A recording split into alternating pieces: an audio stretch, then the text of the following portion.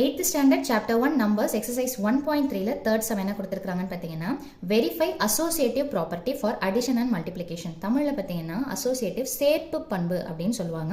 அது எதுக்கு சரி பார்க்கணும்னு பாத்தீங்கன்னா அடிஷனுக்கும் மல்டிப்ளிகேஷன் கூட்டல் மற்றும் பெருக்கலுக்கு நம்ம பார்க்கணும். இப்போ நம்ம previous ல பாத்தீங்கன்னா க்ளோஷர் பார்த்தோம், அடுத்து கம்யூட்டேட்டிவ் அதாவது அடைப்பு பார்த்தோம், அடுத்து பரிமாற்றம்னு சொல்லிட்டு பார்த்தோம். அதுக்கு ரெண்டு வேல்யூஸ் இருந்தா போதுமானது. ஆனா இதுக்கு பாத்தீங்கன்னா மூணு வேல்யூஸ் தேவை. எதுக்கு? associative property சேர்ப்பு பண்புனா 3 வேல்யூஸ் தேவைப்படுது. ஸோ இப்போ இதில் என்னென்ன கொடுத்துருக்காங்களோ அதை நம்ம A, B, Cன்னு சொல்லிட்டு அதே ஆர்டரில் எடுத்து எழுதிக்கிறோம். ஓகேங்களா? ஃபர்ஸ்ட் அசோசியேட்டிவ் ப்ராப்பர்ட்டினா என்னென்னு பார்த்தீங்கன்னா சேஞ்ச் ஆஃப் பிராக்கெட்ஸ், அதாவது சேர்ப்பு பண்புன்றது பார்த்தீங்கன்னா ரெண்டு பக்கமும் என்ன வித்தியாசம் மட்டும்தான் இருக்கும்னு பார்த்தீங்கன்னா பிராக்கெட்டை மாற்றி போடுறது. ஃபார் எக்ஸாம்பிள் இந்த இடத்துல எப்படி வேணாலும் நீங்கள் போட்டுக்கலாம். ஃபஸ்ட்டு A + B + Cன்னு போட்டிங்கன்னா இங்கே என்ன தான் வரும்னா A + B + C. இங்கே லாஸ்ட் ரெண்டுத்துக்கு ப்ராக்கெட் போட்டிங்கன்னா இங்கே ஃபஸ்ட் ரெண்டுத்துக்கு ப்ராக்கெட் போடணும். இதுதான் அசோசியேட்டிவ் ப்ராப்பர்ட்டி ஃபார் அடிஷன். நான் இது இந்த பக்கம் இங்கே நான் ஃபஸ்ட்டு ரெண்டுத்துக்கு ப்ராக்கெட் போடலாமா? போட்டுக்கலாம். இங்கே ஃபஸ்ட் ரெண்டு போட்டிங்கன்னா இங்கே லாஸ்ட் ரெண்டு போடுங்க, அல்லது லாஸ்ட் ரெண்டு போட்டிங்கன்னா ஃபஸ்ட் ரெண்டு போடுங்க. இதை நம்ம செக் பண்ண போகிறோம். ஓகேங்களா? ஃபஸ்ட்டு இந்த லெஃப்ட் சைடில் இருக்கிறத மட்டும் எடுத்துப்போம். என்ன இருக்குது அப்படின்னு பார்த்தீங்கன்னா A + ப்ராக்கெட்டில் B + C. ஓகேங்களா? ஸோ அப்போ A உடைய வேல்யூ என்ன இருக்குது? -7/9. அது தனியாக வச்சுக்கோங்க. Plus bracket open. B உடைய வேல்யூ என்ன இருக்குது? 5/6. அடுத்தது C உடைய வேல்யூ பார்த்தீங்கன்னா இங்கே ப்ளஸ்ன்னு இருக்குது. இந்த இடத்துல என்ன இருக்குதுன்னு பார்த்தீங்கன்னா -4/3. என்ன சிம்பிள் இருக்குதோ அதை அப்படியே எடுத்துக்கோங்க. ஏன்னா ப்ளஸ் இன்ட்டு மைனஸ் என்ன வந்துடும் பார்த்தீங்கன்னா மைனஸ். ஸோ 4/3. இப்போ இந்த -7/9 எதுவும் பண்ணாதீங்க, அப்படியே வச்சுக்கோங்க. ப்ளஸ் இப்போ இங்கே பார்த்தீங்கன்னா 6, 3. ஓகேங்களா? வேறு நம்பர் இருக்குது கீழே.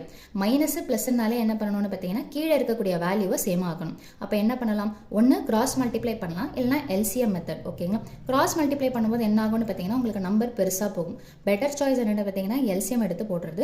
அப்போ 6க்கும் 3க்கும் எல்சிஎம் எடுத்தீங்கன்னா என்ன வரும்னு பார்த்தீங்கன்னா 6ன்னு சொல்லிட்டு வரும். நீங்கள் ரஃபாக ட்ரை பண்ணி பார்த்தீங்கன்னா உங்களுக்கு தெரியும். ஸோ 6, 3 அப்படின்னு சொல்லிட்டு போட்டிங்கன்னா உங்களுக்கு என்ன கிடைக்கும்னு பார்த்தீங்கன்னா எல்சிஎம் 6ன்னு சொல்லிட்டு கிடைக்கும். அல்லது இதில் எது பெரிய நம்பர்? 6. அப்போ 6ன்ற நம்பர் 6 டேபிள்லையும் போகும், 3 டேபிள்லையும் போகும். அந்த மாதிரி காமன் டினாமினேட்டர், அதுதான் எல்சிஎம் மெத்தட். அந்த மாதிரி டைரெக்டாகவும் நீங்கள் போட்டுக்கலாம். இங்கே ஆல்ரெடி 6 இருக்கிறதுனால மேலே இருக்கிறத அப்படியே எடுத்து எழுதிக்கோங்க. இங்கே பார்த்தீங்கன்னா 3ன்னு இருக்குதுங்களா? அப்போ 3 டேபிளில் 6 எத்தனை டைம்ஸ் போகும்? 2 டைம்ஸ் போகும். அதே 2வை மேலே எடுத்து மல்டிப்ளை பண்ணிக்கோங்க. ஸோ மைனஸ் போட்டுக்கோங்க. 4 2s are என்னென்னு பார்த்தீங்கன்னா 8. இப்போ இதை எதுவுமே பண்ணாதீங்க, இதை அப்படியே எடுத்து எழுதுங்க. ப்ளஸ் இப்போது இதை நம்ம ரெண்டு நம்பராக இருக்கிறத சிங்கிள் நம்பராக மாற்ற போகிறோம். ஸோ ப்ராக்கெட் போட்டுக்கோங்க. 8, 5 வேறு சிம்பிளாக இருக்கிறதுனால சப்ட்ராக்ட் பண்ண போகிறோம். 8ல் 5 போச்சுன்னா 3, பெரிய நம்பரோட சிம்பிள் மைனஸ் /6. ஓகேங்களா? ஸோ ப்ராக்கெட்டை க்ளோஸ் பண்ணிடலாம். இதை நீங்கள் கேன்சல் பண்ணாலும் சரி, இல்லை அப்படியே வச்சுக்கிட்டாலும் சரி, உங்கள் விருப்பம். இப்போ இதை நான் கேன்சல் பண்ணுறேன் அப்படின்னா 3 1s are 3, 3 2s are 6. நான் என்ன சொல்கிறேன்? எதுவும் பண்ண வேண்டாம், அப்படியே வச்சுக்கோங்க. ஸோ தட் உங்களுக்கு அடுத்தது எல்சிஎம் தான் வரப்போகுது. ஸோ அதுக்கு யூஸ்ஃபுல்லாக இருக்கும். நீங்கள் கேன்சல் பண்ணிங்கன்னாலும் தப்பு வராது. ஓகேங்களா? ஸோ இப்போ -7/9 அப்படியே வச்சுக்கோங்க. ரெண்டு சிம்பிள் பக்கத்தில் வரக்கூடாது. அப்படி வந்ததுன்னா அந்த ரெண்டு சிம்பிளையும் மல்டிப்ளை பண்ணி போட்டுடணும். அப்போ ப்ளஸ் இன்ட்டு மைனஸ் என்ன வந்துடும்னு பார்த்தீங்கன்னா மைனஸ், அல்லது வேறு சிம்பிளை மல்டிப்ளை பண்ணும்போது நமக்கு ஆன்சர் என்ன கிடைக்கும்னு பார்த்தீங்கன்னா மைனஸில் கிடைக்கும். ஸோ இது 3/6, 3 1s are 3, 3 2s are 6ன்னு எழுதலாம், அல்லது 3/6ன்னு போடலாம். ஸோ நம்ம இருக்கிறத அப்படியே எடுத்து போட்டுக்க போகிறோம். ஓகேங்களா? இப்போ அகெயின் திரும்ப இது என்னென்னு பார்த்தீங்கன்னா சப்ட்ராக்ஷனில் இருக்குது. அப்போ எதை பார்க்கணும் நம்ம? இதில் பார்த்தீங்கன்னா 9/6ன்னு சொல்லிட்டு இருக்குதுங்களா? சாரி, கீழே 9 இருக்குது, 6 இருக்குது, வேறு டினாமினேட்டர். அப்போ 9க்கும் 6க்கும் எல்சிஎம் எடுத்தால் என்ன வரும்னு பார்த்தீங்கன்னா 18. இல்லைன்னா எப்படி ஞாபகம் வச்சுக்கலாம்? எல்சிஎம் போடாமல் எப்படி சொல்கிறது? இப்போ இது ரெண்டுத்தில் எது பெரிய நம்பர்? 9ன்றது பெரிய நம்பர். அப்போ 9 டேபிள் அப்படியே சொல்லிக்கிட்டே வாங்க.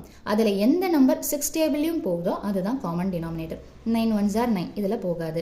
9 2s are என்னென்னு பார்த்தீங்கன்னா 18 வருதுங்களா? அது 6 டேபிளில் 3 டைம்ஸ் போகும். ஸோ அப்போது நம்ம காமன் டினாமினேட்டராக என்ன எடுத்துக்கலாம்னு பார்த்தீங்கன்னா 18 எடுத்துக்கலாம். இப்போது இது எத்தனை டைம்ஸ் போகும்னு பார்த்தீங்கன்னா 2 டைம்ஸ். இது எத்தனை டைம்ஸ் போகும்னு பார்த்தீங்கன்னா 2 டைம்ஸ். ஸோ -7 2s are என்னென்னு பார்த்தீங்கன்னா 14. இந்த மைனஸ் அப்படியே போட்டுருங்க. இங்கே 6 டேபிளில் 18 எத்தனை டைம்ஸ் போகும்னு பார்த்தீங்கன்னா 3 டைம்ஸ்.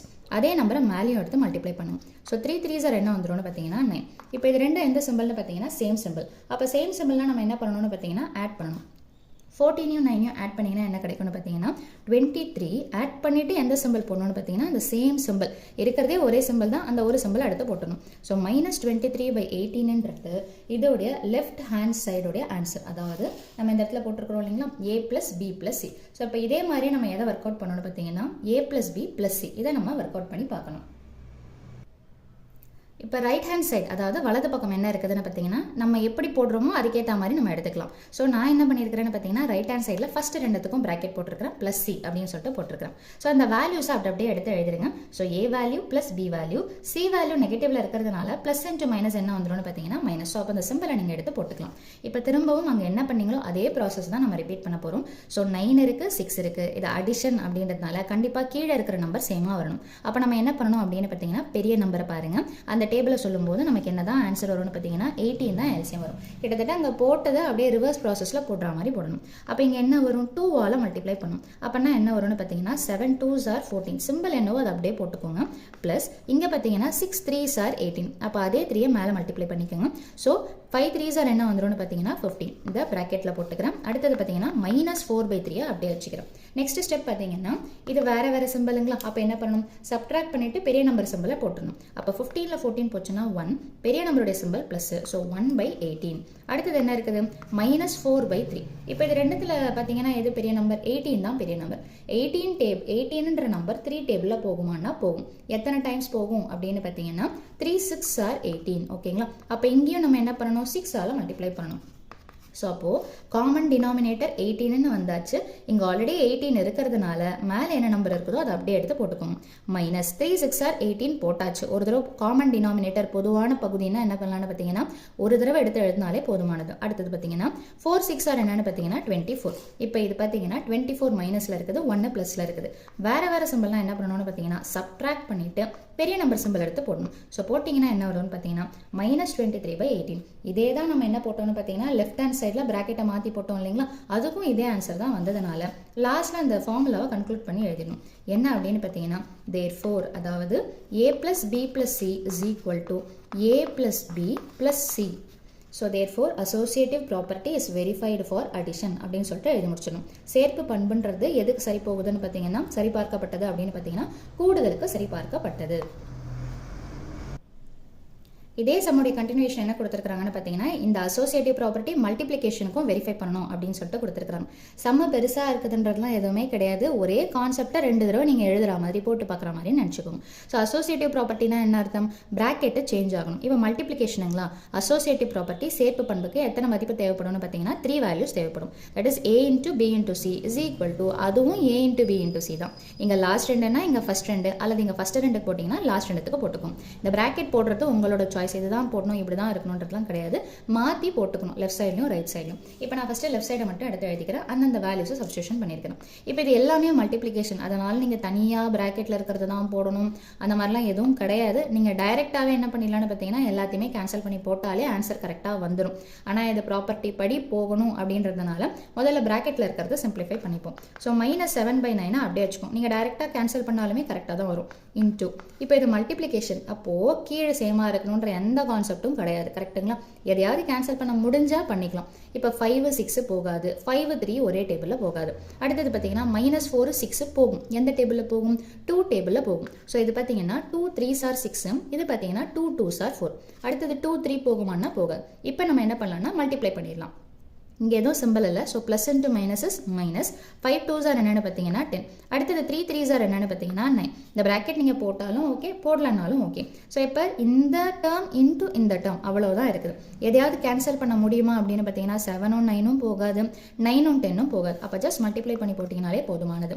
மைனஸ் இன்ட்டு மைனஸ் என்னென்னு பார்த்தீங்கன்னா ப்ளஸ்.